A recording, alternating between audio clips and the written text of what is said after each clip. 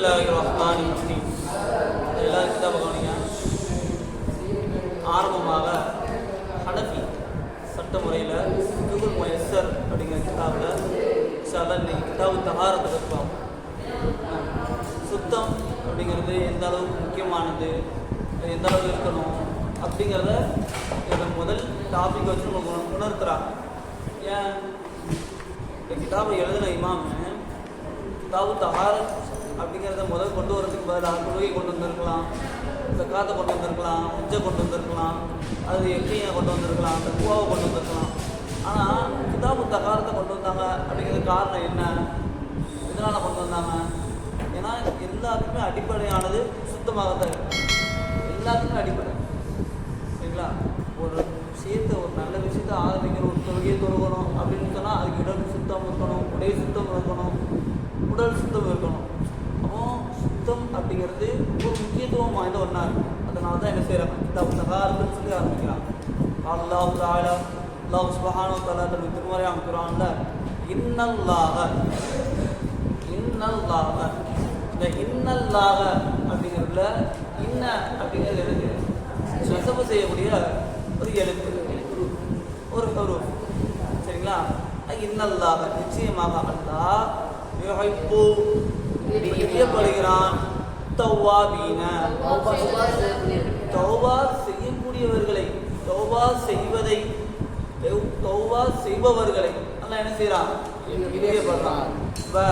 மேலும் யுஹிப்புல் முத்தத்தஹிரீன் மேலும் பரிசுத்தமானவர்களையும் அல்லாஹ் என்ன செய்யறான், பிரியப்படுறான். அப்போ சுத்தத்துக்கு எந்த அளவுக்கு முக்கியத்துவம் அப்படிங்கிறது விளங்கிருச்சா? சரி, அல்லாஹ் மட்டும் தான் சொல்லியிருக்கானா அப்படின்னு பார்த்து இந்த ஆயத்து பக்கரால 222வது ஆயத்தை பதிவு செய்யப்படும். சரி, அல்லாஹ் மட்டும் இதை சொல்லியிருக்கானா அப்படின்னு பார்த்தா இல்லை. ரசூல் ஸல்லல்லாஹு அலைஹி வஸல்லம் அவங்களும் இதை பற்றி சொல்லியிருக்கிறாங்க, வலியுறுத்தி இருக்கிறாங்க.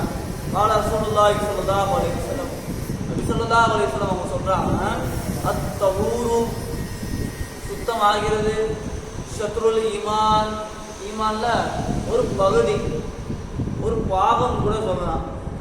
ஈமான் அப்படிங்கிறது எந்த அளவுக்கு முக்கியமானது, அந்த ஈமான்லேயே ஒரு பாகம் சுத்தம் அப்படின்னா அந்த சுத்தம் எந்த அளவுக்கு முக்கியமானதாக இருக்கும். சரி, அப்போ என்னென்ன எப்படியெல்லாம் சுத்தம் செய்யலாம், என்னென்ன தண்ணியை வச்சு சுத்தம் செய்யலாம், எது எதெல்லாம் சுத்தமானது, எது எதெல்லாம் அசுத்தமானது அப்படிங்கிறத நம்ம இந்த இதில் பார்ப்போம்.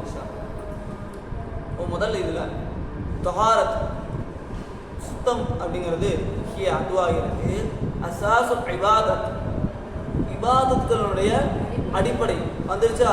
சுத்தம் எந்த அளவுக்கு முக்கியம்னு சொல்லிட்டு வந்துருச்சா? அடுத்து ஃபலா தஸிஹு ஸலாத், இது இல்லைன்னா, இந்த சுத்தம் இல்லைன்னா தொழுகை கூடாது, தொழுகை ஆகமானதாக ஆகாது, தொழுகை சரியானதாக ஆகாது. இல்லாமி தஹாரத் சுத்தத்தை கொண்டே தவிர. அப்போ சுத்தம் இருந்தால் தான் தொழுகைங்கிறது கூடும். ஏன்? சுத்தங்கிறது என்னது? இபாதத்களினுடைய அடிப்படை, பேசிக் அப்படின்ட்டாங்க. பொதுவாக ஒரு பில்டிங் கட்டுறாங்க, பில்டிங் கட்டும்போது பேஸ்மெண்ட், அந்த பேசிக்ங்கிறது ஸ்ட்ராங்காக இருந்தால் தான் என்ன ஆகும், பில்டிங்கு ஸ்ட்ராங்காக இருக்கும். பேஸ்மெண்ட் பேசிக் ஸ்ட்ராங்காக இல்லை, வெயிட்லெஸ்ஸாக இருக்குது, ரொம்ப கேர்லெஸ்ஸாக அவங்க கேட்டுட்டாங்க, அதுக்கு சமயத்தில் பில்டிங் என்ன ஆகும், எப்படினாலும் இடிஞ்சு விழுந்துடும். அதே போல தான் ஈமான் யகீன் அப்படிங்கிற ஒரு பேசிக்கு இந்த தஹாரத்து ஒரு பேசிக்காக இருக்குது. தொழுகை அப்படிங்கிற ஒரு விஷயம் பேசிக்கு இந்த தஹாரத்து அதுக்கு பேசிக்காக இருக்குது. தொழுகை எதுக்குங்க பேசிக்கு? அல்லாஹ் அடைகிறதுக்கு பேசிக்கு. தொழுகை அல்லாஹ் அடைகிறதுக்கு பேசிக்கு. அந்த பேசிக்கு ஸ்ட்ராங் ஆக்கணும்ல, அந்த பேஸ்மெண்ட்டை ஸ்ட்ராங் ஆக்குறதுக்கு தான் இது இருக்குது, தஹாரத்துக்கு சுத்தம் இருக்குது, ஸ்ட்ராங் ஆக்குறது சரிங்களா?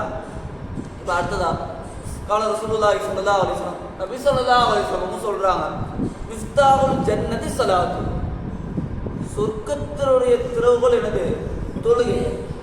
மிஃப்தாஹுல் ஜன்னதி ஸலாத்து, சொர்க்கத்தினுடைய திறவுகோல் தொழுகை.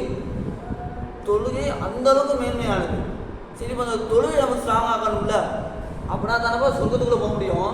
அதான் அடுத்து சொல்றாங்க பாருங்க, ரசூலுல்லாஹ் மிஃப்தாஹு ஸலாத்தி தஹூர், மிஃப்தாஹு ஸலாத்தி தொழுகையினுடைய திறவுகோல் என்னது? தஹூர், சுத்தம் அப்படின்ட்டாங்க பாருங்க. அப்போ இந்த இடத்துல ரசூலுல்லாஹ் என்ன செய்றாங்க, சுத்தத்தை வலியுறுத்தி சொல்றாங்க. சுத்தங்கிறது ரொம்ப தேவை அப்படிங்கிறத இந்த இடத்துல நம்மளுக்கு உணர்த்துறாங்க. சரி, வத்தஹாரத்து ஃபி ஷர்இ ஷரியத்தில் பொதுவாகவே ஒரு விஷயம் அரபி வார்த்தை இருக்குன்னு சொன்னால் அதுக்கு லொகவியில் ஒரு அர்த்தம், அதான் மொழி சார்ந்த ஒரு அர்த்தம் இருக்கும் சரிங்களா, இஸ்திலாவில் ஒரு அர்த்தம் இருக்கும். இதே போல் இந்த தஹாரத் அப்படிங்கிறது ஷரியத்தில் என்னது சுத்தம் அப்படின்னா, சுத்தம்னா என்னது, குளிச்சாலும் சுத்தம் தான், கையை கழுவினாலும் கை சுத்தம் தான், காலை கழுவினா காலை சுத்தம் தான், முகத்தை கழுவினா முகம் சுத்தம் தான். ஷரியத்தில் சுத்தம் அப்படின்னா என்னது, ஷரியத்தில் சுத்தம்னா என்னத்துக்கு சொல்லுவாங்க அப்படின்னா அது தன்கீசுமுல் இலக்ஷ்மி இரண்டு வகைகளின் மீது வகைப்படுத்துறாங்க. ஷரியத்தில் சுத்தம் அப்படிங்கிற இரண்டு வகைகளின் மீது வகைப்படுத்துறாங்க. முதல் வகை தஹாரத்துல் ஹதஸ், ஹதஸில் இருந்து சுத்தமாகுது. இரண்டாவது அத்தஹாரத்துல் நஜாஸ், நஜீஸ்ல இருந்து சுத்தமாகுது. ஹதஸ் நஜீஸ், ஹதஸ் நஜீஸ். ஹதஸ்னா என்ன சொல்றாங்க பாருங்க, ஹுக்குமியா, ஹுக்குமியா அப்படிங்கிற சுத்தத்துக்கு சொல்லுங்க. ஹுக்குமியான சுத்தம்னா என்னதுங்க, உள்ரகமான சட்ட ரீதியான சுத்தம். ஹுக்குமியான சுத்தம்னா சட்ட ரீதியான சுத்தம். நஜாசத் அதுல சுத்தம் ஆகுறது என்னது, அது உள்ரகமான சுத்தம் சரிங்களா. இப்போ ஹதஸ் அப்படிங்கிறது என்னது, ஜுனூப் ஆகுதுப்பா, ஜுனூப் குளிப்பு கடமையாகிறது சரிங்களா. இது வந்து ஹதஸுடைய சுத்தம். ஹக்கீக்கத்துடைய சுத்தம் என்னது, வெளிப்படைய நஜீஸ் இருக்குது, அதுல சுத்தமாகிறது தான் என்னது இந்த நஜீஸ், ஹக்கீக்கத்துடைய சுத்தம் அப்படிங்கிறாங்க.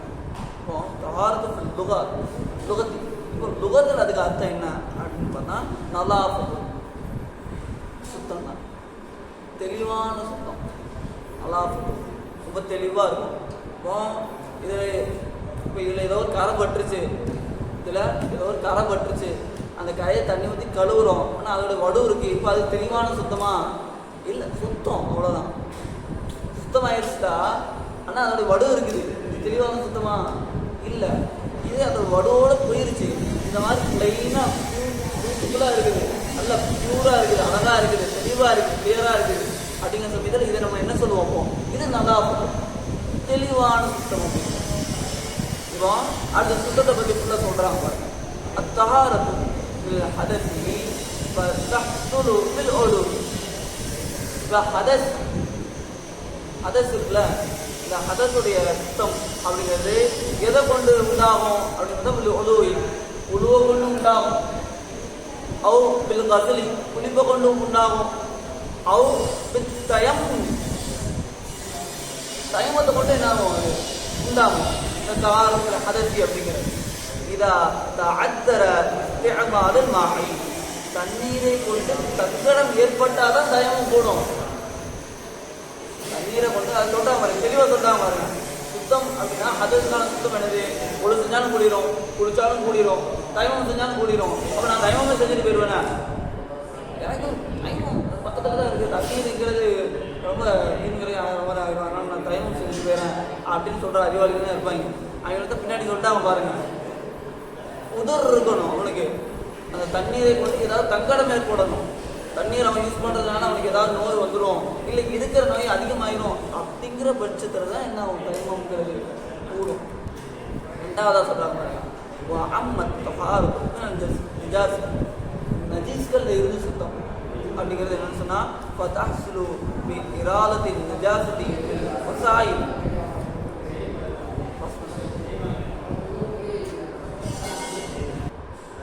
ஃபதஹ்சுலு சரியாகும். எதை கொண்டு போக சரியாகும், இராலத்தி நஜாஸ் நஜீஸ்களை நீக்குவதை கொண்டு. நஜீஸ்களை நீக்கிறதுனா என்னது அப்படின்னா சொல்கிறாங்க வசாயில் வழிமுறைப்படி.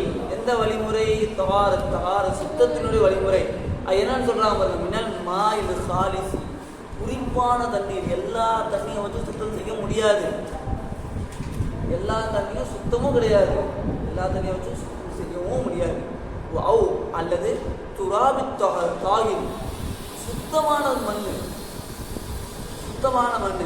அந்த அவுங்கிற அந்த அதுக்கு வந்து எங்கே போய் சேரும், இங்கே காலிஸில் வந்து சேரும், காலிஸில் வந்து இணைக்கும், அதுக்கு செய்யும். அப்படின்னா அதே மாதிரி சுத்தமான குறிப்பிட்ட மண் தான்.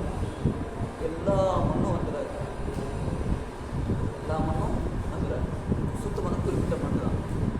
அல்லது ஹஜரி, அதே ஒரு சுத்தமான குறிப்பிட்ட கல், அல்லது தபை, பதப்படுத்தப்பட்ட ஒரு விஷயம்.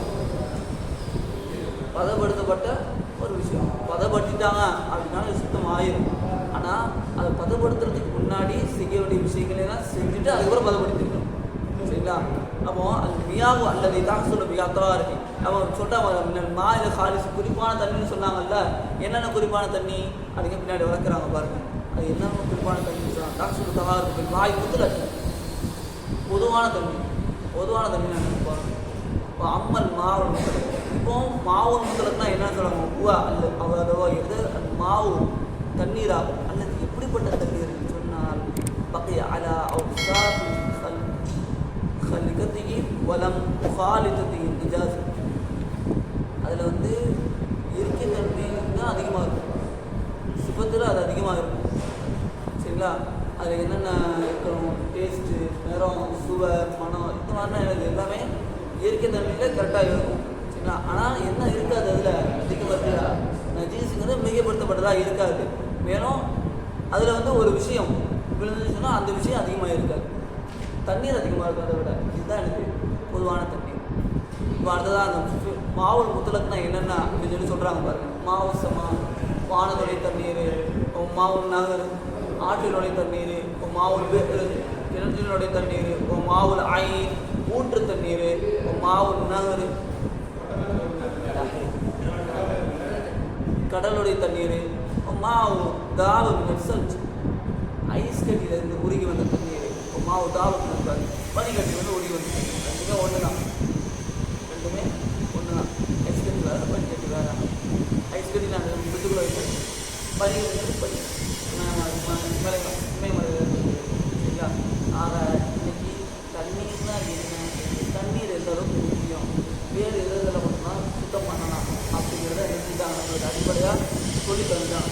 இன்ஷால்லாம் நாளைக்கு நம்ம அடுத்த பாடத்தில் நம்ம என்ன செய்வோம்? இன்ஷால்லாம் தண்ணீருடைய வகைகளையும் அது சட்டங்கள் என்னென்ன அப்படிங்கிறத பார்ப்போம்.